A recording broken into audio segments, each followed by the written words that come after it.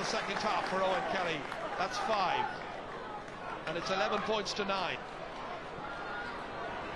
Lorcan McLaughlin now standing his ground. Back out here as far as Jerry O'Connor. Well blocked down by Michael Cahill. Again, very industrious McLaughlin there. That's swept away out of danger. Brilliantly forward there by Garroyd Ryan. Hammersley couldn't take it in his stride. Kelly trying to do so. Trying to twist this way and that. Back to Paul Kelly. And that's gone over the bar. First point of the match for Paul Kelly. He is now back playing with Mullinahone once again after his time with O'Loughlin Girls in Kilkenny. Got the pass from his brother and did the needful, and there's one between them. Conor O'Mahony coming to meet this. One-handed forward here by Conor O'Brien. Left half back. Up there as far as Paul Kelly, who tries to tie up the match. 2 in a row for Paul Kelly. And it's Cork 11, Tipperary 11.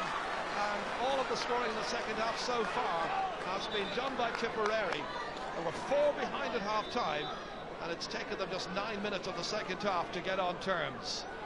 Lorcan McLaughlin, well blocked down there by Brendan Maher. Coming away with it is Noel McGrath.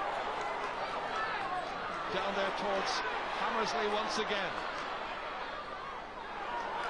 Collected by Garroyd Ryan. Hitting it off his left.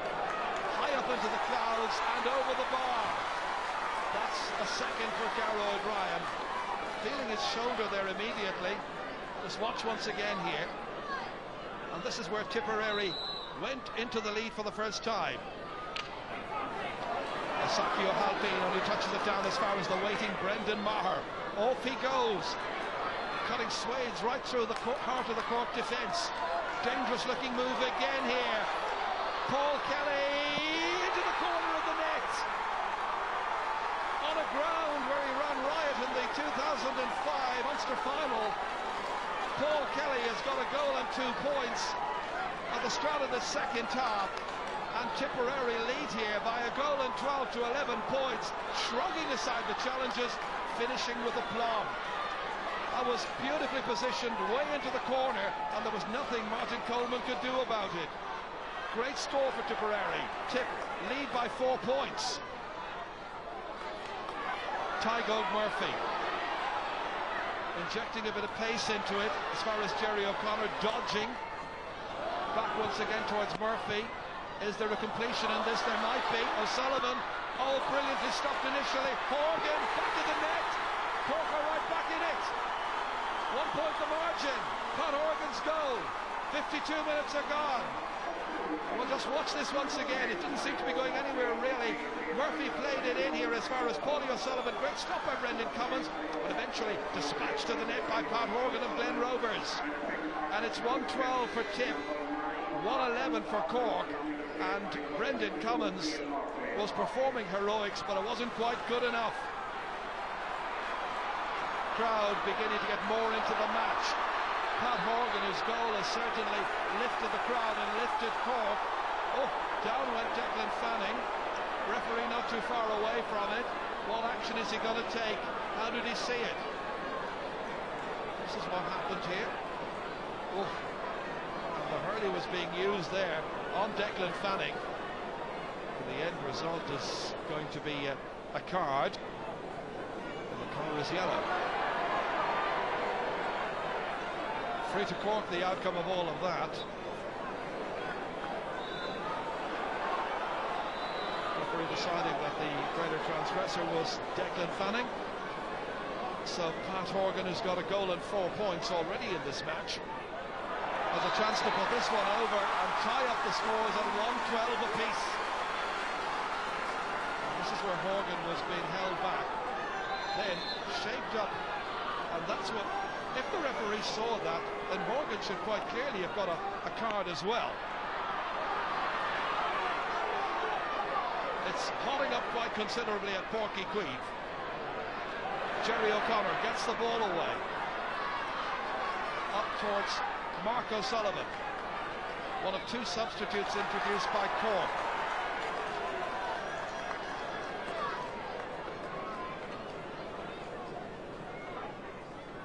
This is going to be taken by Owen Kelly. Deep inside his own 65-metre line. Giving it everything. Has he got the accuracy? He most certainly has. That's outstanding. A 6th point of the match by Owen Kelly.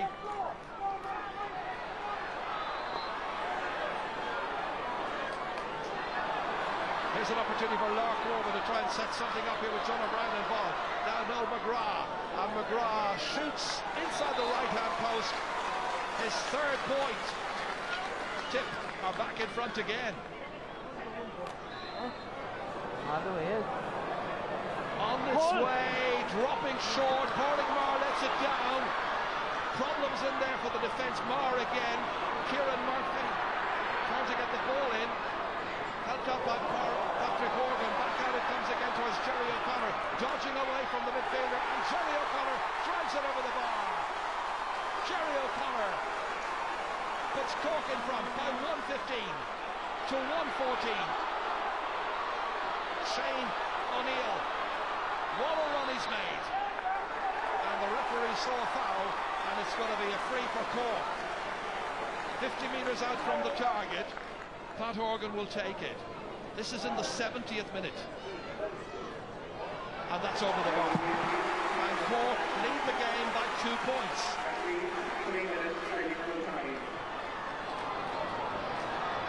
McGrath delivers. Down there. An opportunity for Darragh Egan, and he has put that over the bar. 1 point the margin.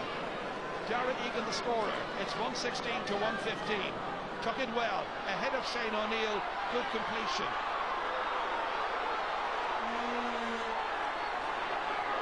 And that's gone out, and that could be the end of it. The referee is going to blow his whistle. It's all over, and Cork beat Tipperary at Corky Queen. It's Cork 116, Tipperary 1 goal and 50. It was thrilling. Probably unlucky that they didn't squeeze an equaliser, but you know, and I suppose maybe ultimately maybe a draw would have been maybe a fair result, but someone has to do the business on the day. Yeah, frantic last few minutes at Páirc Uí Chaoimh, but at the end of it all, Cork have clinched their place in the league final. That's against Galway, who beat Dublin today, and that's the first ever between those two counties in the league final. Michael Dignan was a very important thing about that win for Cork today, not just clinching their place in the league final, but also avoiding the possibility of playing Tip again in that league final, which could have happened, and then playing them in the championship a couple of weeks after that. Yeah, it wouldn't have been ideal, I think, you know, to have 3 matches in that space of time, but that's not the case now. But you wouldn't think that the way the match went on today, it was championship stuff, especially the second half. The first half maybe a little bit of shadow boxing, but the second half was a fantastic match. And you know, Cork were 4 points up at half time, probably should have been further. Sakio Halpin was causing havoc in the air in the first half, and the second half then Tip played brilliant hurling for the first 20 minutes. Cork didn't score at all in the first 20 minutes of the second half. Then they got a great goal, got back into the game and finished very strongly to win it. But it was a great game for a league match this time of the year. You picked out one player in particular you wanted to have a look at from the Cork point of view, Colin Naughton. Yeah, from the point of view, I think he's been around the panel for the last 4 or 5 years, but really hasn't, you know, nailed down a starting place. He's coming on and off, been taken off, and you know, I think myself he's a fantastic player, a great athlete, and I think you have to find a place for him in the Cork team. He's wing forward today, knocked over 3 great points in the game, and you know, all winter with Newton Shandrum he was brilliant as well.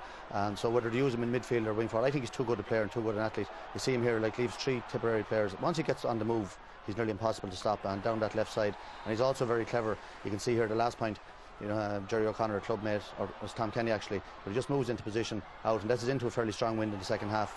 Another great point. So I think if Cork are going to, and I think Cork will have a big say this summer, I think he's going to be a key player for them. In a ding-dong game like that in the second half, turning points obviously in it. Yeah, as I say, Tipperary 4 points down at half-time, came out and played absolutely brilliant hurling at the start of the second half. You know, great ground ball here by Conor Bryan. You don't see that much of that in hurling now, but it creates the space. Owen Kelly out to his brother Paul, and Paul has been absent maybe from the Tipperary panel over the last couple of years. He scored 1-2 in the space of a few minutes today. Great to see him back. Here's Brendan Maher, who had a very good game. He was a great minor a couple of years ago in the middle of the field, played wing back last year, out to Paul Kelly. He had an awful lot to do here, and you know, for a man who's been around so long, he was wing back in 2001 when they won the All-Ireland, showing great hunger there and a great finish. And you know, he's another option now for Tipperary in the summer, and Paul himself obviously have a huge understanding. He's back playing with Mullinahone again after a stint in Kilkenny, so you know, great to see him in such good form. It certainly is. Yeah, well, like he, you know, as you say, he played wing back, but he's a natural forward. He had a lot to do there, like the Cork backs. Dennis Welsh won't be that happy. This is probably goal of the season, Michael, coming up here. Unbelievable, yeah. Tygo Murphy here, brilliant low ball in, and Paddy O'Sullivan, great pick up, and great save for Brendan Cummins. But this piece of skill here, just unbelievable artistry from Pat Horgan. He's a player around the team for the last couple of years as well, but I think he's a very, very good player, very skillful, good free taker as well. They have Ben O'Connor obviously in the frees, but just look at this for awareness, just to tip the ball back over Michael Call's head and then first time into net. Brilliant. It reminds you of Brazilian soccer or something. Sure. Lovely flair, and it's great to see skill like that in the game. Scored to win any game, that. Oh, no doubt about it. Okay, now at this point here on the programme, let's take a check on those Division 1 results and the table.